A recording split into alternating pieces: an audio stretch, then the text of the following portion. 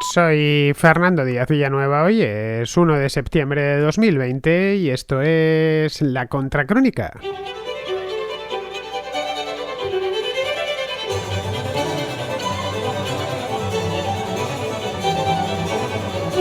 Este sábado un grupo muy numeroso de manifestantes, entre 1.000 y 3.000, según la policía berlinesa, se plantó ante el edificio del Reichstag, en el mismo centro de Berlín, rompió el precinto de seguridad que rodea el edificio y se encaramó en la escalinata de acceso de la puerta principal.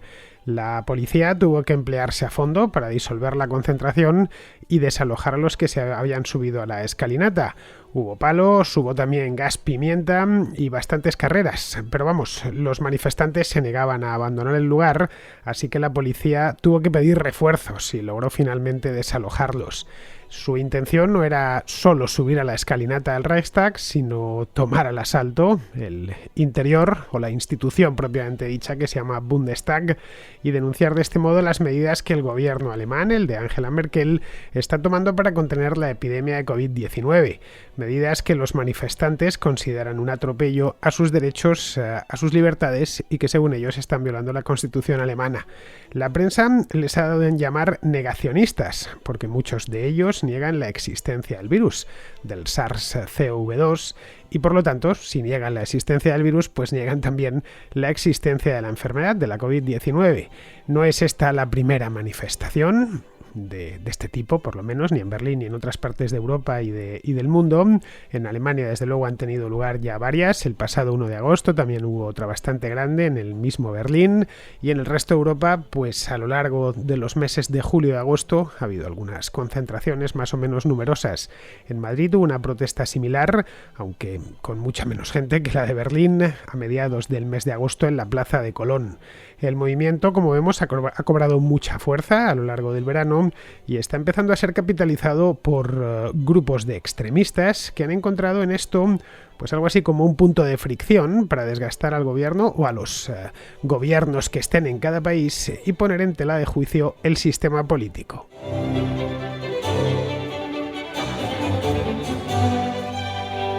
Como supongo que ya todos sabremos, desde luego los que están al otro lado, los contraescuchas, lo saben porque es gente muy bien informada y no hace falta que les descubra nada nuevo.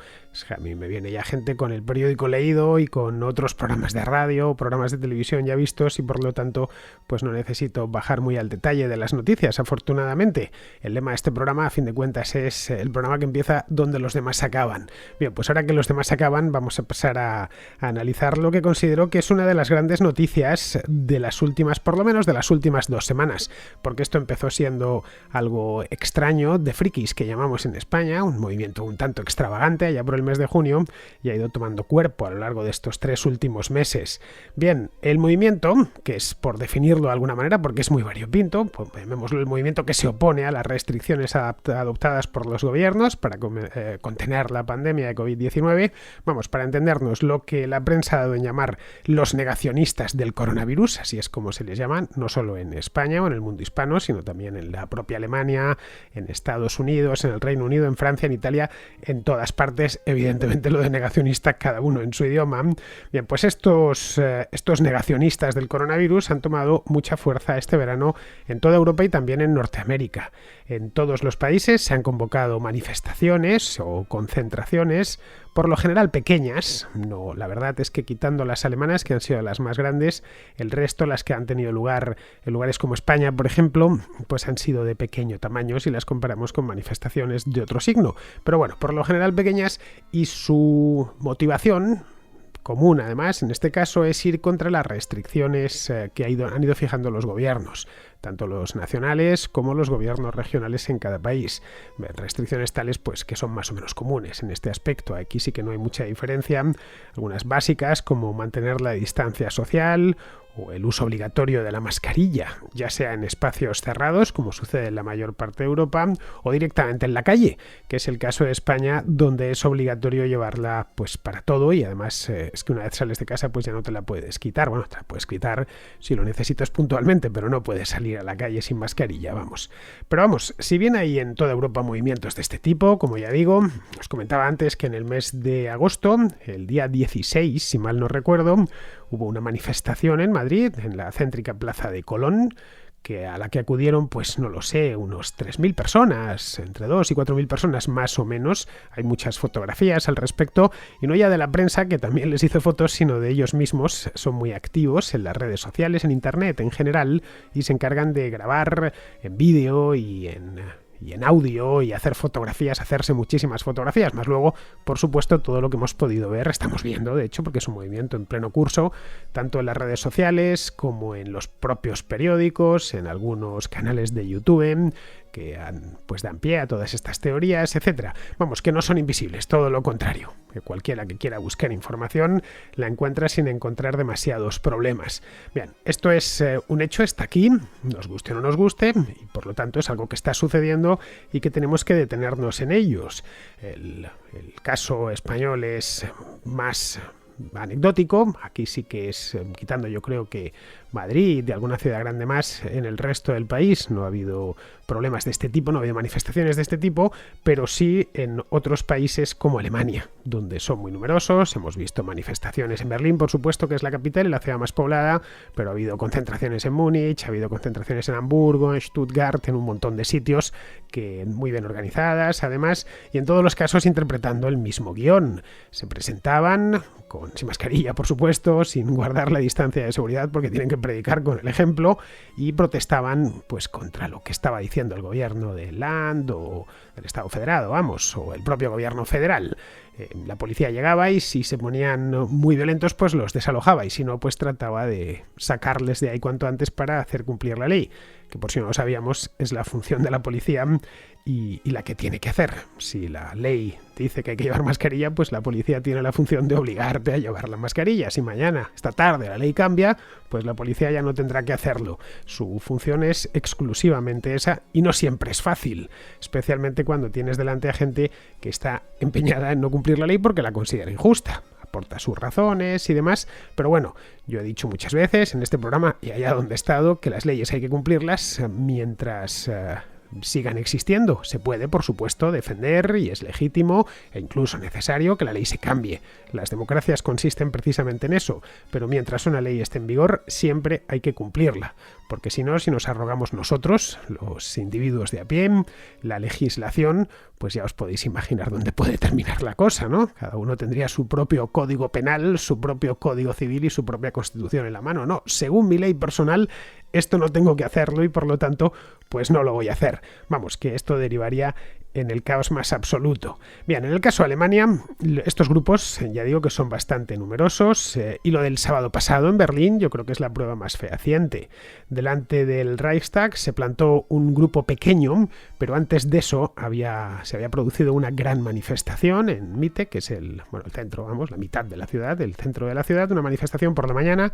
Esto del Reichstag fue por la tarde, a la que acudieron un montón de personas, entre 35 y 40.000 personas. Esto según las autoridades de la ciudad, es decir, según la policía y la ciudad de Berlín. Se manifestaron por el centro de la ciudad, saltándose, por supuesto, todas las normas de distanciamiento social que imperan en el país, y por descontado, esto no hace falta ni que lo diga, sin mascarillas de ningún tipo.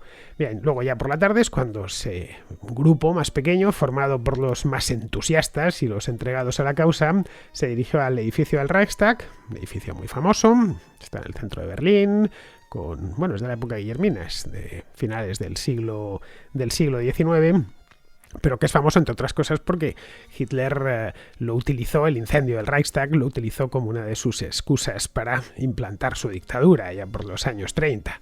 Bien, la idea que tenían estos tipos, el Reichstag es un edificio que lo de fuera es nuevo, pero lo de fuera es viejo, pero lo de dentro es nuevo. El Bundestag se reúne en un parlamento nuevo hecho en los años 90, que además tiene muy buena prensa entre los arquitectos. Bien, la idea de esta gente era acceder a su interior y ya una vez dentro, pues armarla, es decir, visibilizar sus demandas.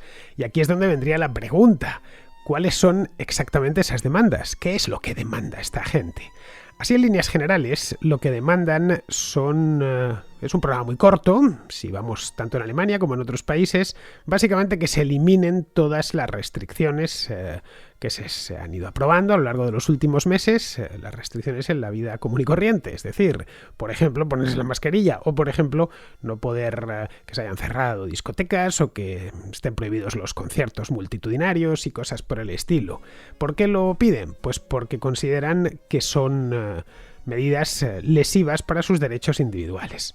Bien, a partir de aquí ya la cosa va por familias. Cuando digo que lo que demandan es digamos, la parte común del menú es muy breve, a partir de aquí ya pues la cosa empieza a bifurcarse y trifurcarse y cuatrifurcarse. Hay muchísimos movimientos o submovimientos dentro de este movimiento. Es un batiburrillo en el que cabe casi de todo. El grueso lo forman los seguidores de las teorías de la conspiración, como no podía ser menos, son los que empezaron allá por el mes de marzo, abril con esto. Al principio era una cosa muy extremadamente minoritaria y apenas solo se podía visibilizar en internet y buscándolo. Y luego a partir del mes de mayo, junio, ya más en junio, es cuando empezaron a se empezaron a ver en la calle, entre otras cosas porque en España concretamente es cuando pudimos empezar a salir por la calle. Pero vamos, al principio eran muy poquitos y no gozan de la simpatía de la mayor parte de la población. De ahí que no sé si casi todos, porque esto evidentemente no está censado, no se ha hecho un cálculo, pero sí el grueso, y esto se ve por el ruido que arman, de estos son estos partidarios de las teorías de la conspiración, lo que en España conocemos como conspiranoicos. Creo que ya con decir eso es algo que lo entendemos todos. Pero vamos, aparte de esos, también hay libertarios y por supuesto, como no podía ser de otra manera, pues hay activistas de extrema derecha y activistas de extrema izquierda. En Alemania además es muy gracioso porque se dan cita ambos. Se dan cita los activistas de extrema derecha, de ahí que el otro día pues acusasen a estos de que había nazis, etcétera, pero también se dan los activistas de extrema izquierda. Algunos han encontrado o creen haber encontrado en esto una manera de desgastar al gobierno de Merkel, que es un gobierno pues de centro derecha o derecha y por lo tanto pues ven el modo de poder herirle o desgastarle de alguna manera políticamente.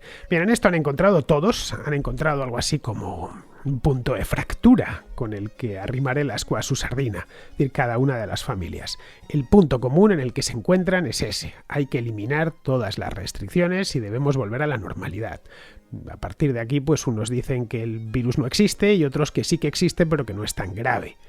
También se han apuntado al festival, y esto era de esperar, porque tiene algo de conspiranoia, los del movimiento antivacunas, un movimiento que en ciertos países, el mío no, afortunadamente, tiene muchos partidarios. En Alemania, en España no tiene muchos partidarios, eso es la verdad, pero en Alemania sí, en Alemania es mucho más numeroso que en otras partes de Europa. También se han apuntado los del 5G, que esta es una de las teorías de la conspiración más recientes, claro, porque la tecnología 5G evidentemente tiene muy pocos años, y es una de estas cosas que uno tiene que investigar exactamente por qué están en contra del 5G y no del 4G. De cualquier manera, esto si queréis profundizar más en el tema no tenéis más que buscar poquito, poner una cadena de búsqueda normal en Google, a partir de ahí os aparecerán infinidad de coincidencias. Cuando digo que es numeroso el movimiento antivacunas, no es que esté diciendo que sean millones de personas, muchos millones de personas, qué sé yo, que media Alemania o algo así esté en contra de las vacunas. No, ni en Europa tampoco. Es decir, cuando digo numeroso es numeroso por sorprendente, pero no numeroso en términos absolutos. La inmensa mayoría de los alemanes son partidarios de la vacunación y según se desprende de una encuesta que realizó la ZDF, ZDF es el segundo canal de la televisión alemana, la televisión pública, pues según esta encuesta, esto se realizó la semana pasada, el 88% de los consultados estaban a favor de las medidas tomadas por el gobierno federal, el 88%, es decir, de nuevo estamos ante la inmensa mayoría de los alemanes y del gobierno federal y de los diferentes Länder para las que han tomado con el tema del COVID, para frenar la expansión del COVID. Luego un 10% consideraba que eran excesivas y el 2% restante pues ni sabía ni contestaba. Como vemos, son una minoría, pero no una minoría minúscula y despreciable, es decir, una cosa de estas estadísticas que la ves ahí el 0,0% o 0,01% que nadie la toma en cuenta, que dices, bueno, realmente cabrían en un taxi. No, este grupo de los antivacunas no lo sé, pero concretamente los que desaprueban las medidas, necesitan bastante más de un taxi, al menos en Alemania. A ver, Alemania tiene 83 millones de habitantes. Si extrapolamos los resultados de esa encuesta, toda la población, nos encontramos con que 8.300.000 personas consideran que las medidas de contención son excesivas.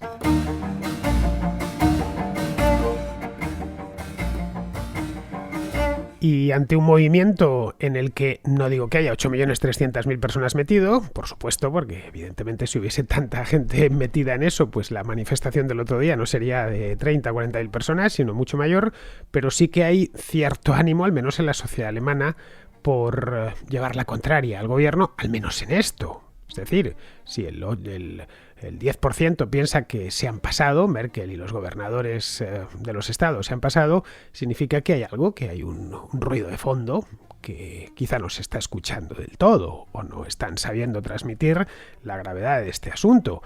8.300.000 personas, incluso en Alemania, es mucha gente. Vamos a ver, esto es el equivalente a la población del estado de Baja Sajonia, de esta Hannover, ¿no? Que es el cuarto más poblado del país. O es 2 veces la población de la capital, del estado de la capital, de Berlín, que tiene algo menos de 4 millones de habitantes.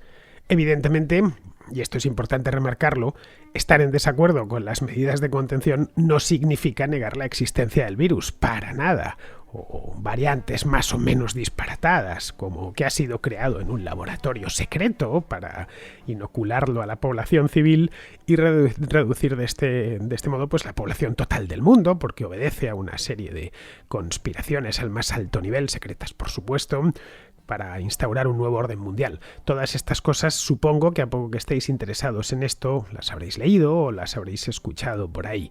Bien, muchos de los que rechazan parte o la totalidad de las restricciones simplemente dudan de la efectividad de las mascarillas o consideran que la letalidad de esta enfermedad no justifica medidas tan restrictivas y tan coercitivas como las que hemos tenido. Recordemos por lo que hemos pasado en Europa, especialmente en ciertas zonas de Europa a lo largo de los últimos meses, desde un confinamiento que en algunos casos ha sido salvaje, de no poder salir de casa durante días y solo salir para bajar al supermercado y poco más, a una especie de libertad pero con muchísimas restricciones. Hay muchas actividades que no se pueden hacer, qué sé yo, por ejemplo, ir a una discoteca, salir a la calle y en sí tiene algo fantasmagórico cuando tienes que ir con mascarilla y todo el mundo la lleva. Vamos, que nuestra vida ha cambiado mucho, eso es algo que está a la vista, no hace falta ni que lo recuerden y puede ser, y es perfectamente razonable, que haya gente que considere, que quiera poner sobre el debate público la idea de que quizá las restricciones son excesivas. Es decir, no hay que hacer en estos porcentajes todos los que estaban o todos los que manifiestan desacuerdo están automáticamente negando el virus, en absoluto. No, porque además nos estaríamos engañando a nosotros mismos. Eso siempre y cuando no queramos ver esto de manera política, eso ya es otra cosa, sino que la idea es querer entender qué es lo que está sucediendo y podernos explicar el mundo que nos rodea.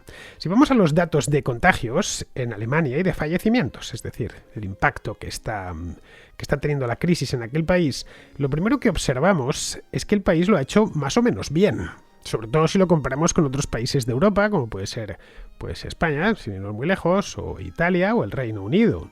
Según datos del gobierno alemán, en el país solo han muerto, es el mayor de Europa, desde el punto de vista demográfico, solo han muerto de coronavirus 9.364 personas desde que se detectó el primer caso, allá por el mes de febrero, han pasado ya unos cuantos meses.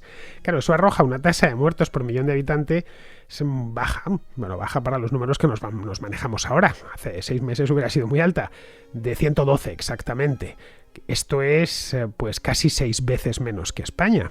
En Alemania no hubo colapso hospitalario, y bien que les envidiamos en aquel momento, a finales de marzo, principios de abril, por lo que no fue necesario practicar triaje, cosa que sí se tuvo que hacer en España y en Italia.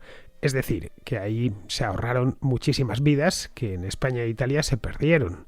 Desde el principio, además, se trató de realizar el mayor número de test posibles, tanto PCRs como test de anticuerpos, de estos test rápidos, y cuando se detectaba un foco, y han detectado algunos, recordemos en el mes de julio, detectaron en aquella foco de contagio en una fábrica, una cárnica de Gütersloh, en el momento actuaron. y actuaron de una manera bastante rápida sobre ese foco y sobre todos los que han tenido. Pero claro, en Alemania, a pesar de que no ha impactado con la fuerza que en Francia o que en Italia o que en España, saben bien lo que ha sucedido en los países vecinos. Francia es fronteriza, tiene unos cuantos kilómetros de frontera con Alemania. Italia no lo es, pero casi está cerca. España tampoco está lejos. Y aunque las medidas de confinamiento en Alemania fueron más suaves, sí que se implantaron con mayor o menor dureza. Es decir, que confinamientos, cuarentenas tuvieron que padecer en función, evidentemente, de los Länder y de la incidencia de la enfermedad en cada uno de ellos. No lo pasaron tan mal como aquí, pero también lo pasaron mal. Lo suficiente como para que, los diferentes gobiernos regionales y el gobierno federal tuviese que tomar medidas. Hoy en Alemania la mascarilla es obligatoria en el transporte público, lo cual tiene perfecta lógica. Están prohibidas las concentraciones multitudinarias y se debe mantener una distancia social recomendada de aproximadamente 1,5 metros. Evidentemente no siempre es posible, pues qué sé yo, en el metro o en sitios que tienen mucho tráfico de gente rápido, pues no siempre puedes tener 1,5 metros, no vas a ir con una regla adelante, pero como regla general es lo que se está pidiendo, nada diferente a lo que se está pidiendo en otros países. En los aeropuertos alemanes se hacen test y, quien da positivo pues tiene que permanecer en cuarentena durante 14 días.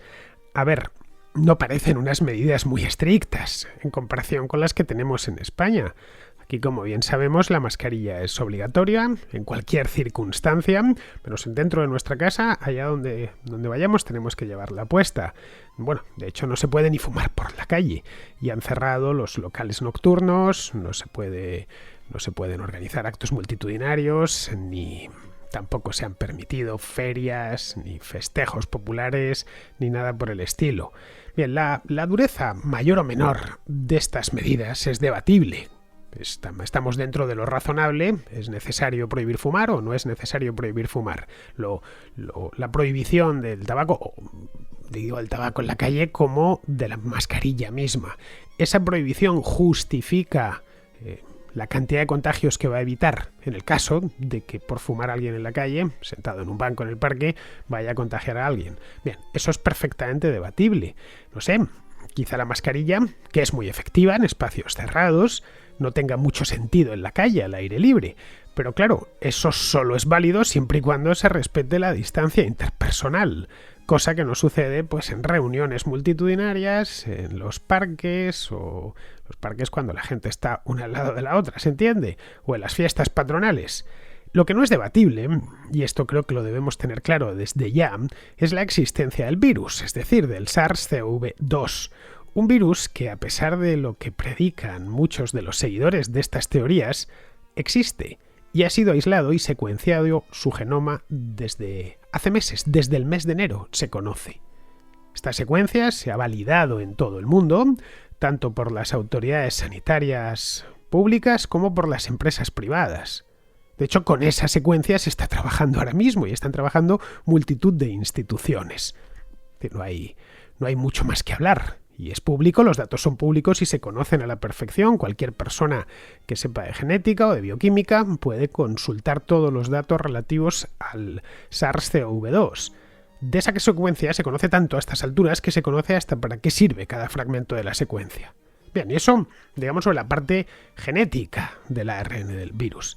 En cuanto a la partícula viral en sí, hay fotografías, muchas, tomadas por distintos laboratorios con distintas técnicas de microscopia. Son perfectamente consultables en Internet. No hay nada y se han dado por televisión, etc. Pueden, evidentemente, que es lo que hacen, decir que todo eso es mentira, que nos están engañando, pero no aportan prueba alguna al respecto, más allá de la afirmación suya de que es mentira, no ninguna más. Si fuese mentira, estaríamos hablando, de la mayor conspiración de la historia. Tal cual, sería la mayor. Nunca habría habido una antes de este tamaño. Una conspiración además en la que estarían involucrados cientos de miles de personas en todo el mundo. Cientos de miles de personas en países rivales, compañías rivales, porque las farmacéuticas compiten entre ellas, e investigadores rivales. Caray, yo creo que simplemente no tiene sentido. En el absurdo no cabe el debate, no hay más. sé, algo así como debatir con alguien que te dice que la Tierra está hueca o que la gravitación universal no existe. No tiene sentido y por lo tanto, pues con esa persona directamente no tiene no es absurdo debatir, no ha lugar a debate alguno. Con los que piden, bueno, más que pedir, o plantean cambios en las restricciones, es decir, en cuestiones puramente políticas públicas, perfectamente y sin ningún problema. Pero para eso no es necesario, ni por supuesto recomendable, saltarse la ley.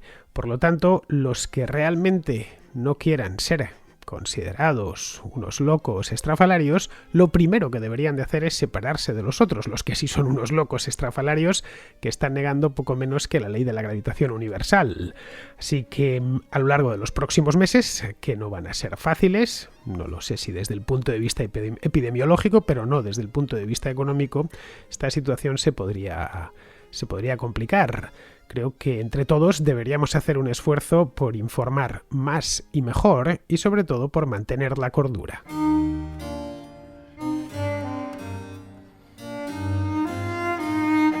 Vamos con la contrarréplica, empezamos con Fernando, que tiene una pregunta sobre las aplicaciones estas de rastreo para la COVID-19, estas que se pueden instalar en los teléfonos.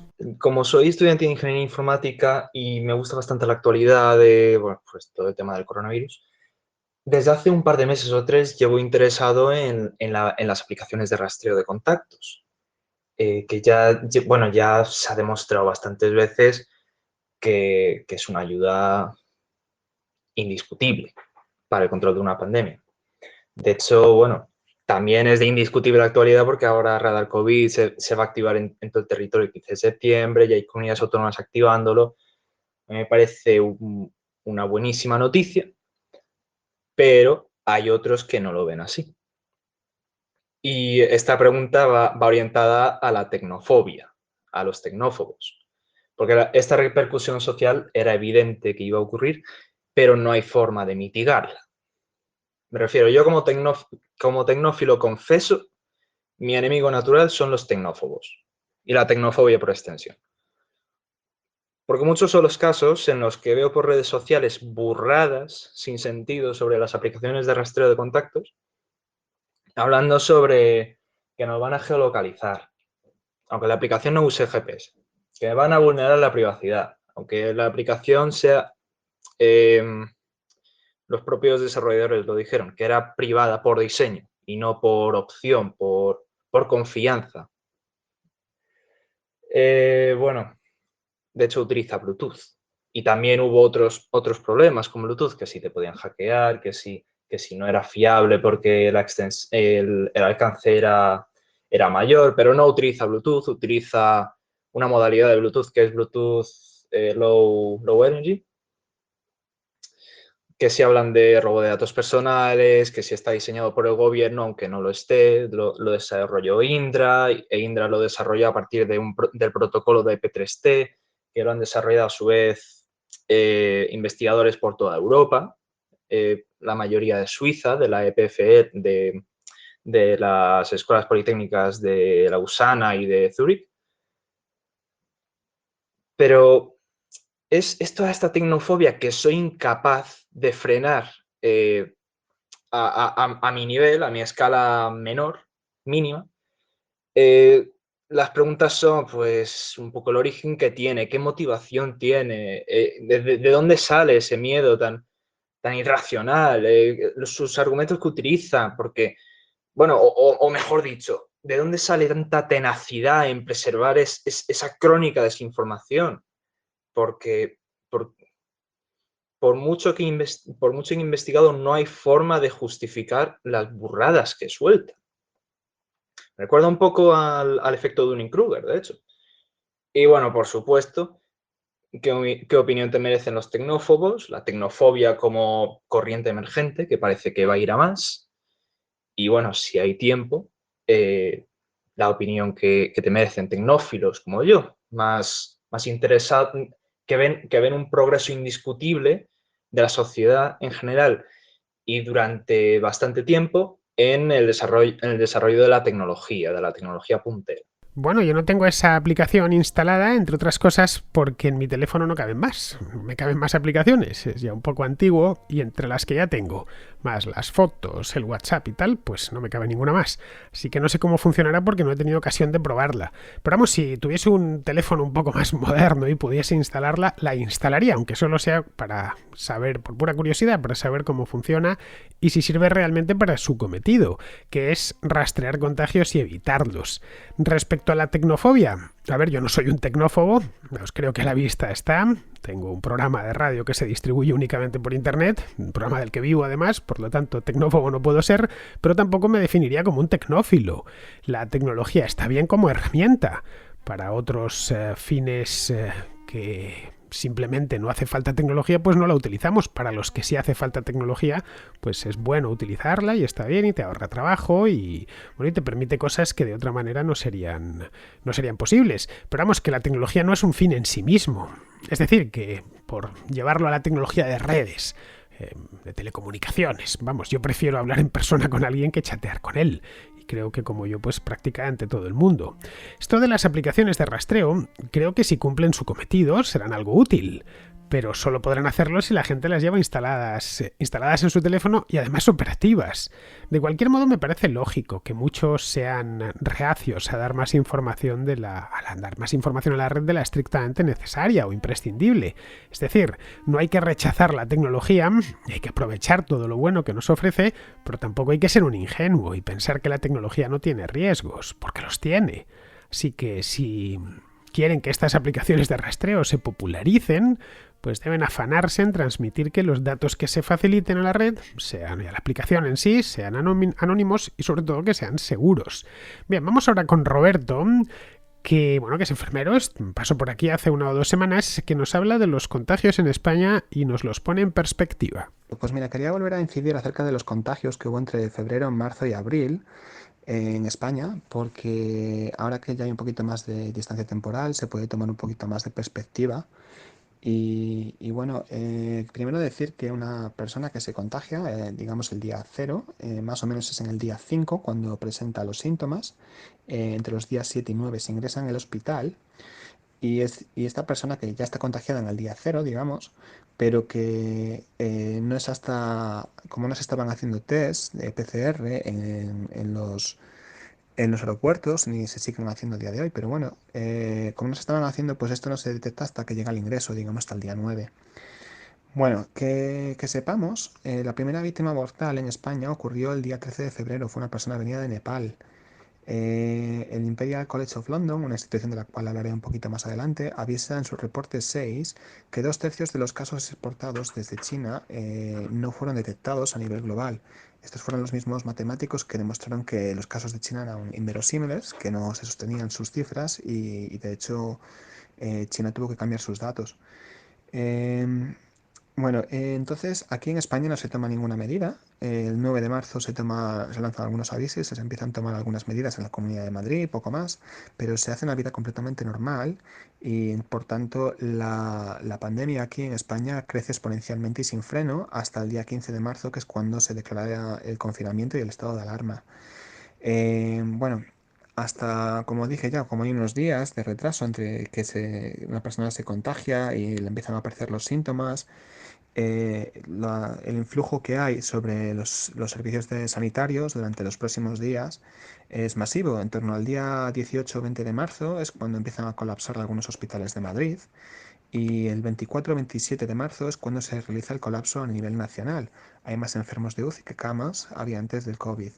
El 29 de marzo, como consecuencia de que ya el sistema ha colapsado, se declara el confinamiento total para trabajadores no esenciales que durará hasta el jueves 9 de abril. Aquí sí que se corta radicalmente la cadena de contagios.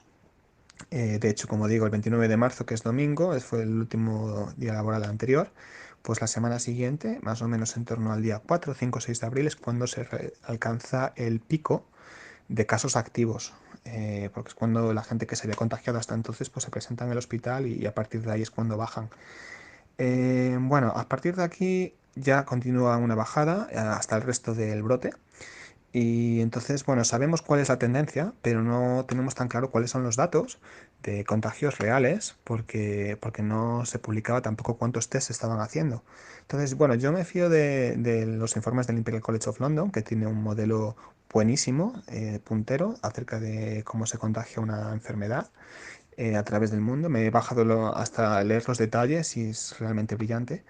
Y hay un informe que se publica el 30 de marzo que hace un comentario, uno de los autores, el 7 de abril, Seth Flaxman, hace un comentario por Twitter en el que, bueno, responde unas cuantas preguntas.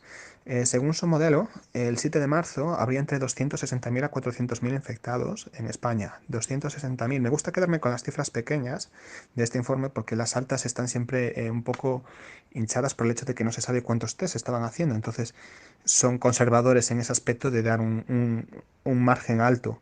Pero bueno, 260.000 personas contagiadas el día 7 de marzo. La cifra oficial era de 1.503. Estamos hablando de un factor de 100. El día 15 de marzo, según este autor, habría entre 1,1 millones y 2 millones de contagios. 1,1 millones, de nuevo me quedo con la cifra pequeña, la cifra oficial era de 11.450 infectados. A estas alturas tenían que saber de sobra que la cosa se le había ido de las manos muchísimo y que estaba desde hace tiempo desbocado, ya por lo menos una semana antes, como decía, 260.000 casos. Bueno, la cosa es que el 30 de marzo se publica este reporte.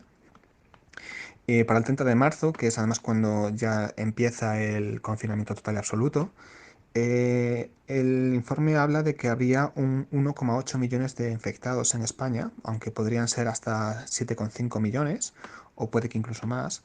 Los casos oficiales son solo 104.000. Vemos que ahora mismo habría entre 1,8 millones y 104.000 habría una diferencia pues, de 18, ya no sería de 100. Esto es porque aumentaron el número de test y se redujo el número de contagios. Entonces, realmente durante este periodo, el aumento de número de contagiados es realmente el aumento del número de test.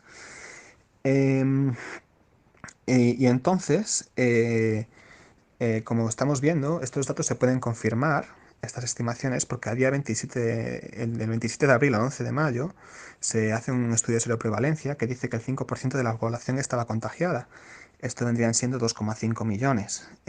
Como ya digo, el 30 de marzo decía 1,8 millones y para entonces ya había un cierre total del país y prácticamente un mes más tarde pues habría 700.000 casos más, lo cual entra dentro de los números bastante congruente.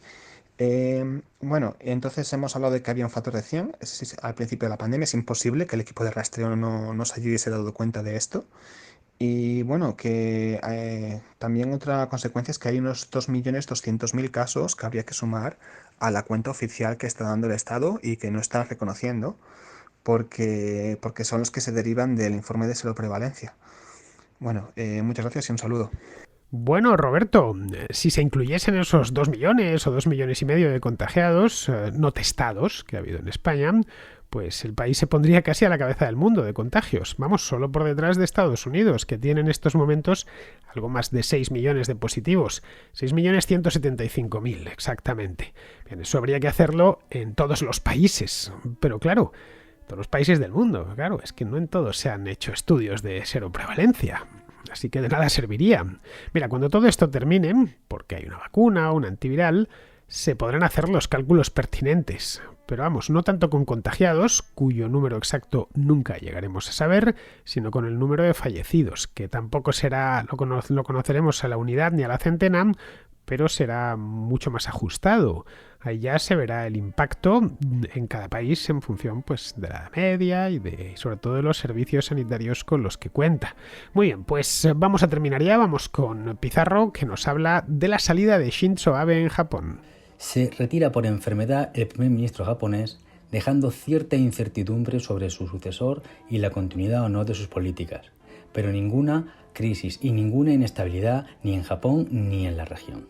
A Shinzo hay que reconocerle que sin ser capaz de solucionar ninguno de los problemas nacionales que encontró a su llegada al poder, como no podía ser de otra manera, sí ha sabido contemporizarlos para que ninguno de ellos se desboque. Y eso no es poco. La economía, el territorio, la población son los tres problemas nacionales. y ningún primer ministro puede dictar sobre los intereses económicos creados, los intereses internacionales y los intereses de las parejas japonesas. Sencillamente no puede. Con reformitas por aquí, con conversacioncitas por allá y con estimulitos por acullá, ha ido Shinzo llevando la nave japonesa a ningún sitio concreto sin salirse de la corriente y, eso sí, evitando colisiones, encallamientos o un naufragio. Se va Shinzo, el hombre que no supo resolver nada, el hombre que no descompuso nada. Ojalá que el que venga sepa hacer lo mismo, porque la alternativa a la contemporización no es dar con la solución, sino darse de bruces contra el suelo. Un cordial saludo de Pizarro. Y con esto, queridos amigos, damos ya por concluida la contracrónica de hoy. Ya estamos en pleno mes de septiembre, el mes de la vuelta. Espero que los que acabéis de volver de vacaciones, mucho más no la podéis alargar porque estamos ya en septiembre, pues lo empecéis con optimismo. Ya sé que las cosas no pintan muy bien, pero bueno, ya sabéis aquello, el refrán de mal tiempo, buena cara. El tiempo atmosférico al menos nos respeta por ahora. Todavía no se ha ido el verano. Muy bien, pues con esto, queridos amigos, me despido de vosotros. Hasta mañana.